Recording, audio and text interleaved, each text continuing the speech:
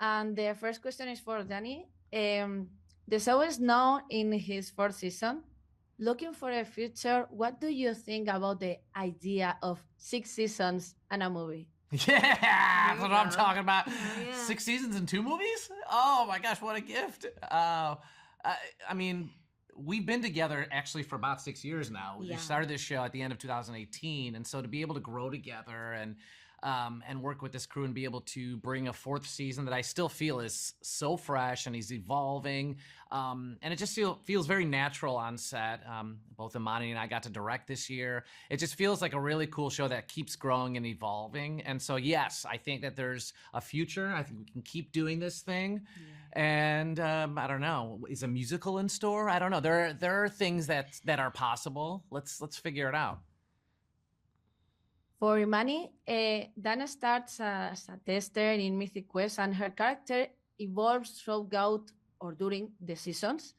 How do you describe her development, and what has it been like to play a character breaking into a male-dominated industry like game development? Oh yeah, what a whirlwind Dana has had. Yeah, season 1, she was just so young and fresh eyed and bushy tailed. I think that's the saying. I always butcher these things. It could be I'm making it up. And she, was like very comfortable in her space of just testing, because that's how much she loves just gaming so much. And but then she tapped into this like inner voice of realizing there's more out there for her, and just took that voice and ran with it, and now she's just her own boss, which is really beautiful to see, especially like you said, in a very white male dominated space, and this young Black woman is just like kicking ass and taking names, and it's just really thrilling to see that and play a role like that and have that representation.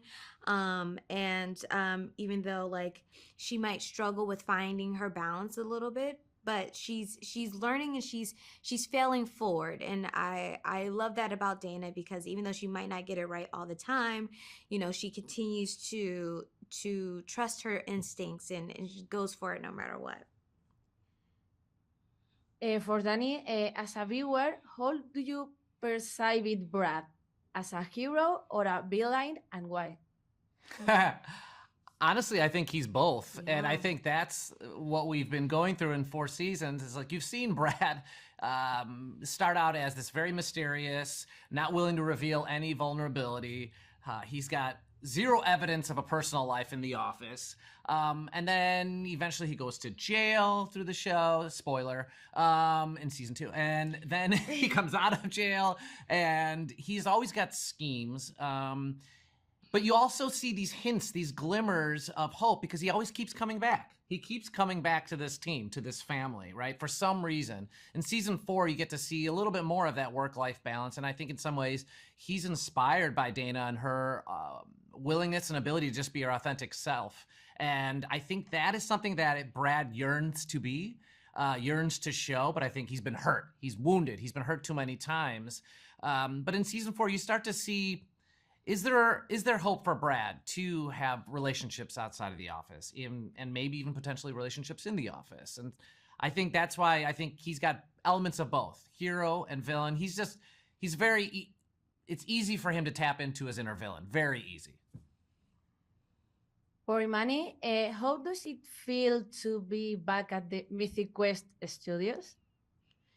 Oh yeah, I missed it. I mean, Grim Pop was cute. She was like doing her own thing. It was great.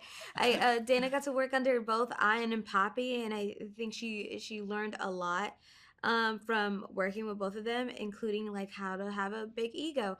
And but I think it feels really nice to be back at Mythic Quest, because Mythic Quest is home to these characters. And so like that's what I love about season 4. It feels like we're back at home. We're back connecting to our roots of what the show is.